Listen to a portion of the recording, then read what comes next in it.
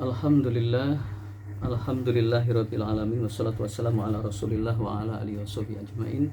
Subhanaka la ilma lana illa ma 'allamtana innaka antal alimul hakim. Rabbi shrah li sadri yassir li amri wahlul 'uqdatam min lisani yafqahu qawli. Amma ba'du. Qala Allah ta'ala fi kitabil aziz, a'udzu billahi minasyaitonir rajim. Bismillahirrahmanirrahim. يا أيها الذين آمنوا اتقوا الله ولتنظر نفس ما قدمت لغد واتقوا الله إن الله خبير بما تعملون ولا تكونوا كالذين نسوا الله فأنساهم أنفسهم أولئك هم الفاسقون لا يستوي أصحاب النار وأصحاب الجنة أصحاب الجنة هم الفائزون لو أنزلنا هذا القرآن على جبل لرأيته خاشعا متصدعا من خشية الله وتلك الأمثال نضربها للناس لعلهم يتفكرون. Al-Ayat. Sadaqallahul adzim. Saudaraku seiman yang insyaallah dimuliakan oleh Allah, kita bertemu kembali di pagi yang cerah ini. Kita bersyukur kepada Allah dengan sebenar-benar syukur. Sampai detik kali ini Allah memberikan kenikmatan yang luar biasa besar dan banyaknya. Seandainya kita menghitung nikmat pemberian Allah Ta'ala, tentu tidak akan mampu karena begitu banyaknya ya. Coba mulai dari nikmat kita bisa bangun tidur ya. Banyak saudara kita yang bangun itu nggak bisa, akhirnya tidur terus sampai hari kiamat, bangunnya hari kiamat. Masya Allah. Dan itu jumlahnya jutaan ya. Di Indonesia sendiri udah ratusan ribu yang meninggal dunia. Nah, kita alhamdulillah oleh Allah dikasih untuk tafakur, beribadah, bertilawah, berdakwah, bermuamalah ya, mentadaburi Al-Quran dan seterusnya. Ini adalah sebuah karunia yang besar. Bahkan rezeki yang terbesar adalah iman. Setelah iman itu adalah istiqomah. Nah, itu rezeki terbesar ya. Jadi tidak ada manfaatnya orang yang umur panjang kalau dia itu tidak punya iman. Tidak ada manfaatnya orang yang kaya raya tapi kalau nggak punya iman. Hampa terasa ya, diriku tanpa iman. Nah, jadi hampa, kalau nggak ada iman tuh hampa ya. Kalau hampa kan gimana hampa? Rame pun hampa, sedih. Jadi ada sebuah perasaan ini yang sebenarnya bisa membuat kita bahagia. Itu apa sih? Al-Quran. Mari kita kupas bagaimana the amazing of Al-Quran dan bagaimana cerdas menurut Al-Quran. Karena orang yang suka sibuk dengan Al-Quran adalah orang-orang yang sangat cerdas. Mari kita buktikan secara dalil, secara ilmiah, secara akliyah, secara logika, dan secara sejarah. Bismillahirrahmanirrahim. Di dalam kitab ya, At-Tibyan fi Adabil Hamlatil Quran Al-Alamah Al-Hafidh, jadi Imam Zakaria ya, An-Nawawi Ad-Dimashqi ya, ini memulai kitab ini. Jadi kitab ini bercerita tentang Al-Quran dan Hamlatul Quran, jadi adab dan Hamlatul Quran, tata cara bagaimana berinteraksi dengan Al-Quran dan bagaimana seharusnya seorang mukmin itu menyandang Al-Quran, ya, membawa Al-Quran mulai dari tilawah, adabnya, akhlaknya, mengamalkan, memperjuangkan jihad dengan Al-Quran. Maka Al-Quran inilah sumber kebangkitan orang beriman. Jadi kalau kita pengen bangkit dan bisa mengalahkan musuh-musuh kita, maka kita harus bersungguh-sungguh. Jadi istighol bil Quran, laisa bi qiraatil faqat, laisa bi tilawati faqat, walakin hunaka yakni nafhamu bi tafsiril Quran Karim, walau kana ayah bil ayah thumma nafham thumma nahnu nutabbiq ayatul Quran fi usratina fi ailatina fi kulliha fi jami'il alam ikhtilafan kulliyan sawaun akana hunaka fi ayatil karimah kulluha min Al-Quranul Karim. Jadi Al-Quranul Karim ini adalah kitab yang Masya Allah agung. Kenapa dikatakan mukjizat terbesar yang Allah berikan kepada Rasulullah Muhammad SAW? Dan sungguh beruntunglah orang-orang yang memperjuangkan Al-Quran Al-Karim ya. Yang pertama, sesungguhnya setiap nabi dan utusan itu Allah kasih namanya mukjizat. Mukjizat adalah perkara yang terbesar yang tidak seperti kebiasaan manusia. Tujuannya untuk memberikan hujah bahwa nabi dan rasul itu benar-benar utusan Allah dari langit, sehingga diberikanlah mukjizat ya. Jadi kalau di zaman Nabi Ibrahim, beliau tidak mempan terbakar oleh api ya, itu Nabi Ibrahim. Zaman Nabi Musa ada tongkat yang dilempar menjadi ular untuk mengalahkan tukang-tukang sihir. Nah, di zaman baginda Rasul Muhammad SAW juga banyak. Jadi satu mangkok kurma itu bisa dimakan oleh 60 sahabat. Satu mangkok ada. Tapi di situ dimakan bareng-bareng, Masya Allah. Bahkan Rasulullah pernah dalam video saya ceritakan kisah Abu Hurairah dan teman-teman ketika kelaparan malam hari, kemudian oleh Rasulullah dikasih 2 kurma dan minum air, itu sudah kenyang. 2 kurma, coba bayangkan. Ini berkah doanya Rasulullah Muhammad SAW. Ini mujizat. Rasulullah bisa bicara dengan hewan, bisa bicara dengan pohon, bisa bicara dengan malaikat dan seterusnya. Ini adalah mukjizat. Nah, mukjizat tadi itu yang tahu hanya orang-orang yang hidup pada zamannya. Jadi kayak kita ini hanya bisa membaca mukjizatnya Nabi Musa, Nabi Isa, Nabi Zakaria, Nabi Yahya, Nabi Ibrahim, Nabi Adam. Semuanya itu hilang. Kita hanya bisa membaca, kita nggak bisa saksikan. Satu-satunya yang masih kita bisa rasakan dan akan dirasakan oleh umat manusia, bukan umat Islam saja ya, umat manusia di seluruh muka bumi ini adalah Al-Quran. Itulah pentingnya kita bahas tentang Al-Quran. Dan kenapa sekarang ini menjadi tren orang-orang Eropa itu, orang sekarang ini lagi mu'alaf ya. Banyak terjadi paradok ya di negeri kita ini, di negeri Nusantara ini ya, yang sekarang lagi dipimpin diktator dolim ini. Itu Islam dilecehkan, Islam direndahkan, syariat direndahkan, Al-Quran dihinakan. Tapi ternyata Allah membuat makar lain. Di Eropa mu'alaf banyak. Di Filipina 2 desa masuk Islam. Di Meksiko, di Amerika Latin semua berbondong-bondong masuk Islam. Bahkan jutaan umat Islam gara-gara 1 ayat. Kul, katakan ya Muhammad, Allahu Ahad, Allah itu Esa. Allahu Somad, lam yalid walam yulad walam yakul lahu kufuwan.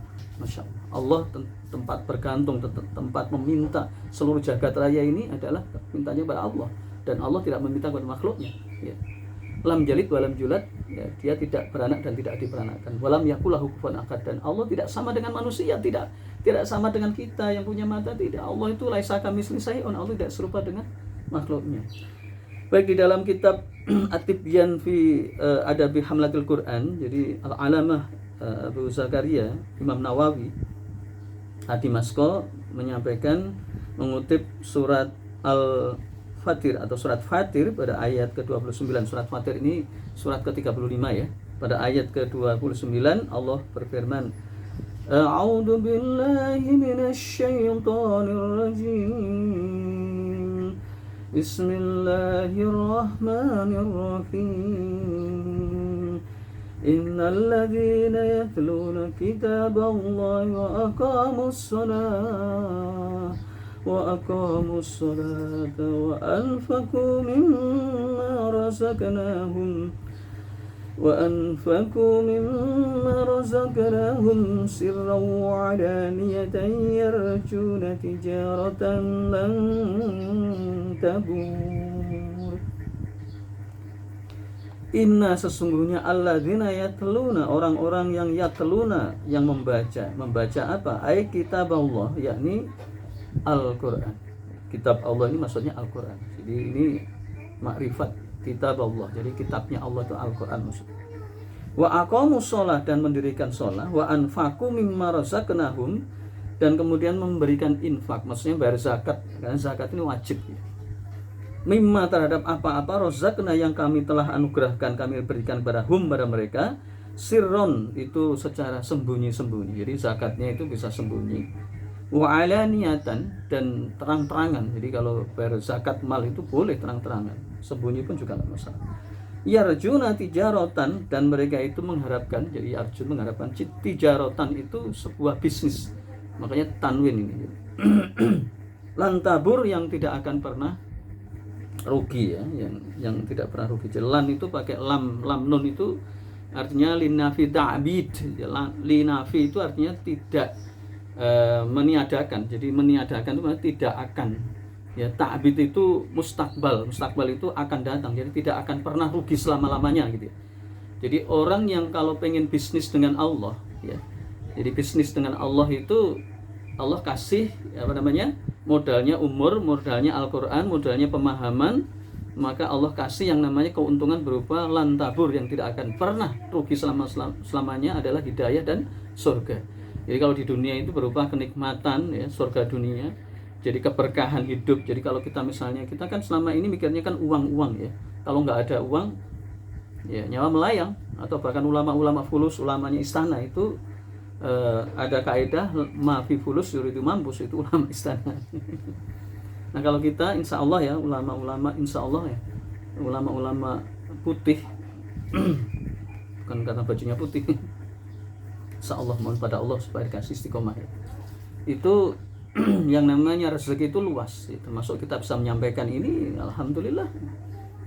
Pagi-pagi yang cerah ini, manfaatkan sinar matahari. Saya niatkan ya Allah, sinarmu ini, sinar mataharimu ini berguna untuk jemur, untuk tanaman yang kemarin kena hujan, dan salah satunya untuk mengambil video ini bantuan sinar matahari ya. Subhanallah, saya niatkan tahadus binikmah, tafakur likauni wal hayah, kemudian tadabbur bil Qur'anil Karim ya. Nah di dalam ayat ini surat ke-35 jadi surat Fatir ayat ke-29 ini ada pelajaran. Yang pertama bahwa orang yang paling beruntung adalah orang pertama kitab Allah, membaca Al-Quran, itu Masya Allah. Yang kedua adalah sifat yang kedua sifat pertama membaca Al-Quran, sifat kedua adalah membayar zakat ya, baik terang-terangan maupun sembunyi-sembunyi ya. Itulah orang-orang yang akan mendapatkan keuntungan yang tidak akan pernah rugi, yakni surga dan kebahagiaan dunia ya. Jadi bahagia dunia, surga dunia ya, dan surga akhirat. The real paradise is al-jannah ya, firdaus ya. Jadi surga itu macam-macam, ada surga dunia, ada surga alam kubur, ada surga masa, dan surga the real paradise itu ya besok. Kalau sekarang surga dunia itu kalau kita punya istri cantik, istri soleha, kenyamanan hidup, kendaraan yang bagus, kemudian sebanyaklah rezeki yang berlimpah, teman yang baik, bisa menghadapi masalah, itu surga dunia. Baik, nah yang kedua adalah sebuah hadis ya yang diriwayatkan berikutnya di kitab Hamlatul Quran ini ya. At-Tibyan fi Adabi Hamlatul Quran ini, Al-Alamah Abu Zakaria itu menukil dari hadis Ani Bani Utsman ibnu Affan radhiyallahu anhu qala Nabi sallallahu alaihi wasallam khairukum man ta'allama al-Qur'an wa 'allamahu. Jadi Rasul bersabda sebaik-baik kalian ya, berarti orang paling baik ya. Ya ini adalah khairukum man ta'allama al-Qur'an ya. Jadi ta'allama yata'allamu, ta'allama al-Qur'an. Jadi orang yang mempelajari Al-Qur'an ya, jadi menguasai Al-Qur'an. Ya, kita bahas nanti hadis ini. Ta'allama al-Qur'an ya. Wa khairukum man ta'allama al-Qur'an wa 'allamahu, dan mengajarkannya ya. Jadi mempelajari Al-Qur'an dan mengajarkannya. Jadi ini adalah profesi yang paling baik, pekerjaan yang paling baik itu mengajarkan Al-Quran. Nah, sebelum kita bahas tentang ini, maka ingin saya sampaikan bahwa di dalam surat Yusuf ayat kedua itu Allah menyampaikan a'udzubillahi minasyaitonirrajim, bismillahirrahmanirrahim, inna anzalnahu qur'anan arabiyyan la'allakum ta'qilun. Sesungguhnya kami turunkan Al-Quran, kata Allah. Jadi kalau Allah menggunakan kami, itu Allah menggunakan malaikat, melibatkan malaikat atau hambanya ya, melibatkan malaikat, melibatkan makhluknya ya. Maka Allah menurunkan Al-Quran itu dengan menggunakan bahasa Arab supaya kalian mudah memahaminya ya. Maka Al-Alamah Imam Ibnu Katsir ya, Imam Ibnu Katsir itu dalam kitabnya Al-Quranul Azim, tafsirnya yang tebal itu ya, yang 4 jilid tebal banget itu, beliau menafsirkan bahwa ayat ini maksudnya adalah Al-Quran itu firmannya atau sabdanya dari zat yang mulia, yakni Allah Ta'ala, diturunkan kepada Nabi yang paling mulia, yakni Muhammad Rasulullah Sallallahu Alaihi Wasallam. Jadi Nabi yang paling mulia. Jadi kalau ada yang melecehkan Al-Quran, melecehkan Nabi, itu kecoa. Mungkin fisiknya manusia, ulama, tapi kecoa itu. Bahkan lebih rendah dari kecoa. Allah saja memuji Rasulullah. Kemudian melalui perantara malaikat yang paling mulia. Siapa itu? Malaikat Jibril alaihissalam. Jadi di antara orang-orang mulia itu ada yang super mulia. Di antara nabi yang mulia itu ada yang paling mulia. Nabi yang paling mulia ya, seluruh nabi mulia, tapi kemudian dikerucutkan menjadi 25 nabi dan rasul yang mulia. Di antara itu ada 5 nabi yang bergelar ulul azmi yang super mulia. Di antara itu ada satu, yakni Muhammad Rasulullah SAW. Nah, kemudian dengan menggunakan bahasa Arab, bahasa yang paling mulia itu bahasa Arab, ya. Jadi kalau kalian tidak mengerti bahasa Arab, tentu kalian tidak akan paham, ya. Jadi tanyakanlah orang-orang yang paham bahasa Arab itu, masya Allah. Apalagi bahasa Arab Al-Quran. Bahasa Arab itu macam-macam. Ada bahasa Arab Al-Quran, bahasa Arab Sukiyah. Sukiyah itu pasar. Ada Ajamiyah atau Ajam, ya. Ajam selain Arab, ya. Atau Amiyah. Amiyah itu kayak Sukiyah sama, ya. Ada bahasa Arab yang bagus, ya. Nah, formal. Ada bahasa Arab yang paling tinggi itu bahasa Arab Al-Quran, ya. Karena Al-Quran ini memang jelas sangat dari Allah, kan, ya. Jadi bahasa Arab itu bahasa Arab yang paling mulia itu bahasa Arab, ya. Kalau kalian tidak paham, pelajarilah. Karena orang-orang yang mahir di dalam bahasa Al-Quran, bahasa Arab, khususnya bahasa Arab Al-Quran itu akan mengatakan yang demikian, ya. Karena bahasa Arab itu memiliki kekuatan yang tidak dimiliki oleh bahasa-bahasa lain, khususnya di Al-Quran. Nah, kemudian di tempat yang paling mulia, yakni Makkah Al-Mukarramah dan Madinah Al-Munawwarah, ya. Jadi beliau mengakhiri penafsiran ayat ini dengan kata-kata sungguh telah sempurna dari berbagai bentuk sisi. Bahkan dikatakan dalam penjelasan lain, orang yang paling beruntung adalah orang yang menyibukkan diri dengan Al-Quran dan mengkajinya, mulai dari membacanya, mengkajinya, menelaahnya, mengamalkannya, dan menyampaikan ke tengah-tengah masyarakat. Oleh karena itu, saudaraku sekalian, janganlah kalian lemah di dalam bertilawah, mengkaji Al-Quran. Maka sesungguhnya khairukum man ta'allama Al-Quran wa 'allamahu. Kemudian yang berikutnya, saudaraku sekalian, jadi kenapa dikatakan Al-Quran ini sebagai mukjizat terbesar Rasulullah Muhammad SAW? Ya, karena Al-Quran ini bisa kita lihat, ya, mushafnya ada, ya. Ya, mushaf ini adalah bentuk kitabnya, ya. Sedangkan Al-Quran itu adalah makna dari langit, ya. Yang Allah turunkan itu Al-Quran, ya. Jadi bacaan yang langsung dari Allah kepada Rasulullah dalam bentuk yang asli, mulai dari bacaannya, urut-urutannya, kemudian bentuk suratnya, kemudian ini semua oleh malaikat Jibril dari Allah, ya. Itu dituntun, ya.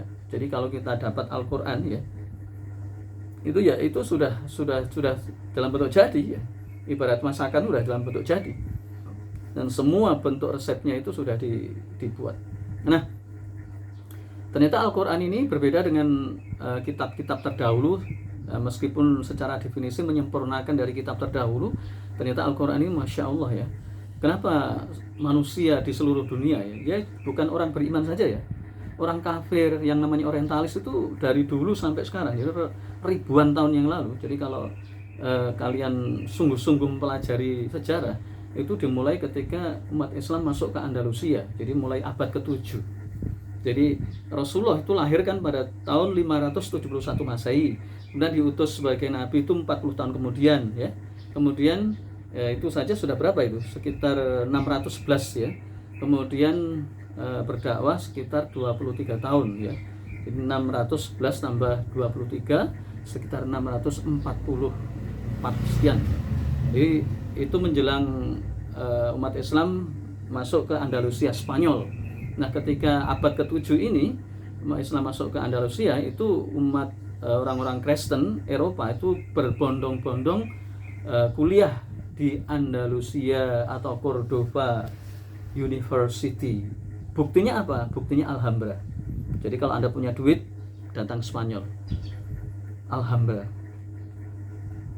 Ini bukti real, tapi ini oleh media ditutupi. Anda bisa ke sana lah, yang punya duit, ya. Nanti Anda lihat betapa di Amazon of Islam, ya. Tapi sekarang tinggal puing-puingnya. Kenapa umat Islam dibunuh? Saya itu, ya begitulah. Kalau cerita ya sedih-sedih gimana, ya. Ya termasuk kesalahannya umat Islam sendiri. Umat Islam sebelum dihancurkan oleh Ratu Isabel dan Raja Ferdinand itu dibunuh itu, dimurtadkan, dibunuh itu, umat Islam memang sudah cinta dunia. Jadi kalau kita pengen bangkit menjadi umatan yang kuat itu harus kembali ke Al-Quran, ya. Itu. Nah, itu. Nah, Al-Quran adalah kitab suci yang abadi sampai hari kiamat. Bahkan Allah sendiri pertama menyampaikan ayat ini diulang-ulang, ya. A'udzubillahi minasyaitonirrajim. Bismillahirrahmanirrahim. Walaqad yassarna Qur'ana lidzikri, ya. Dan sungguh kami gampangkan Al-Quran itu lidzikri itu untuk dipelajari, untuk dibaca, untuk dihafalkan, ya, untuk dimengerti, ya. Jadi tidak ada dalam catatan sejarah mulai dari dulu sampai sekarang kitab suci, jadi satu-satunya kitab suci yang dihafal oleh jutaan umat manusia kecuali Al-Quran. Nggak ada yang lain. Banyak orang-orang Talis itu yang sekarang masuk Islam, yang awalnya mereka ini ya, awalnya disuruh untuk tugasnya untuk menghancurkan Islam, ya, pelajari Al-Quran. Orientalis itu orang Barat yang tujuannya menghancurkan Islam, namanya Orientan. Orient itu kan timur, ketimuran, itu namanya Orient. Makanya ada Oriental kuliner. Nah, itu masakan ketimuran, termasuk Indonesia. Ketimuran itu Asia Tenggara itu timur. Dan rata-rata umat Islam, mayoritas umat Islam. Nah, itu Orientalis, orang Barat itu ditugasi, dan itu jumlahnya banyak, ribuan sampai jutaan Orientalis. Maka akhirnya mereka mempelajari Islam yang tujuannya untuk menghancurkan Islam lewat Al-Quran.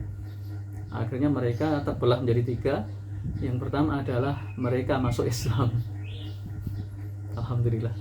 Yang kedua, yang kebanyakan masuk Islam. Yang kedua banyak juga tapi tetap dalam koridor ilmiah, ya, tidak membenci Islam, juga tidak masuk Islam. Yang ketiga, yang sebagian kecil itu adalah tetap memusuhi Islam karena memang dibayar, dan hatinya ini adalah, ya, kalau saya sebutkan, Hajah Irina Handono itu dari kecil sampai tua itu, sampai dari TK sampai S3 itu Katolik, termasuk juga lainnya itu Protestan dan macam-macam, itu menghancurkan Islam dihancurkan. Jadi kalau sekarang banyak yang musuh umat Islam, biasa-biasa. Nah, kemudian saudaraku sekalian yang selalu dimuliakan oleh Allah, terakhir, jadi Al-Quran ini membuat kita cerdas, ya. Kenapa? Karena Al-Quran itu yang pertama kitab suci abadi dan merupakan induk dari segala ilmu. Jadi kalau kita bicara ilmu sosiologi, ilmu ekonomi, ilmu kesehatan, ilmu geografi, ilmu bahasa, ilmu matematika, ilmu pronunciation, bahkan, ya, ilmu seni, ilmu budaya, ilmu apalah, ya. Jadi kalau ilmu ini kan berkembang terus, ya. Itu masyarakat Eropa itu, menurut saya itu apa, ya, para pemikir Eropa itu munafik, ya. Mereka kan belajar semua itu kan dari Islam.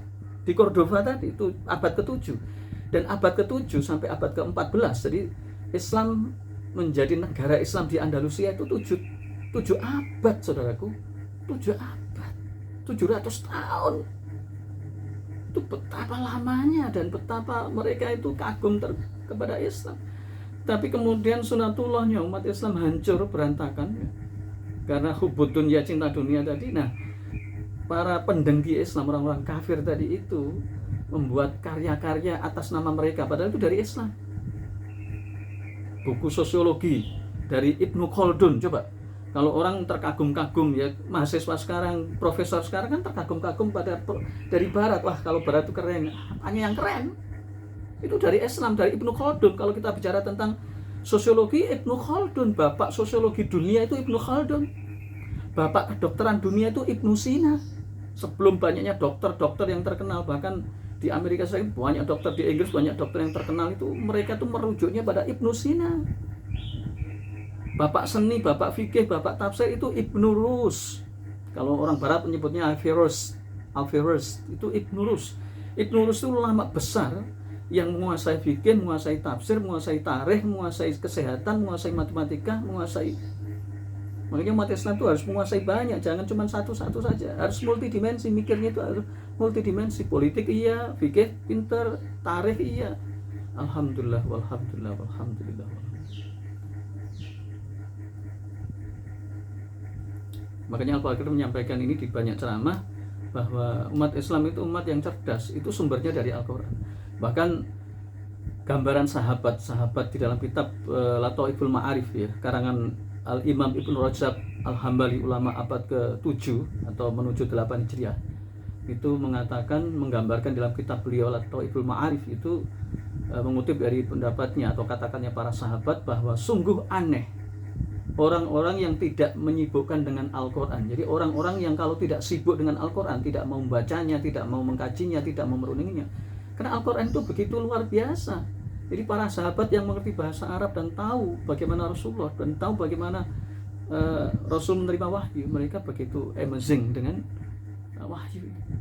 Sayang akhir zaman ini semua sudah berbalik ya. Al-Quran yang harusnya kita gemar membacanya, gemar mengkajinya, malah tambah. Ya, kita mohon pada Allah mudah-mudahan kita menjadi orang-orang hamba-hamba Allah yang hamlatul Quran. Allahumma ja'alna ba'aulatana wa ailatina min hamlatul Quran wa ahlil Quran wa ahlullah fil ati, yani ahlul Quran. Ya Allah, ya Allah, jadilah kami dan keluarga kami, teman-teman kami semuanya, para pengemban dakwah ini menjadi ahlullah, ahlu keluarganya Allah di muka bumi ini, yakni mereka adalah ahlul Quran. Ya Allah, jadikanlah pengemban dakwah ini pejuang Islam kafah. Syariat Islam itu orang-orang yang istighol dengan Al-Quran, membaca Al-Quran, mengkaji Al-Quran, merenungi Al-Quran.